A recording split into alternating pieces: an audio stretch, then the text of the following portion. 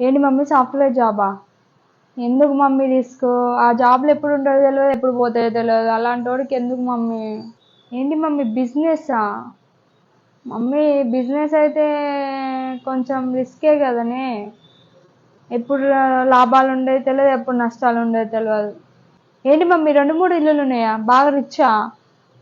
మనం middle class అని తెలుసు కదనే. మళ్ళీ ఆ అబ్బాయి మన ఇంటికి వస్తే మనల్ని తక్కువ చూస్తే బాగుండదు కదనే. ఏంటి ఏం ఆస్తి లేదా? మమ్మీ ఏం ఆస్తి లేకపోతే మేమే ఫస్ట్ నుంచి సంపాదించుకోవాలి, మేమే బాగా కష్టపడాల్సి వస్తుంది. ఎందుకు మమ్మీ?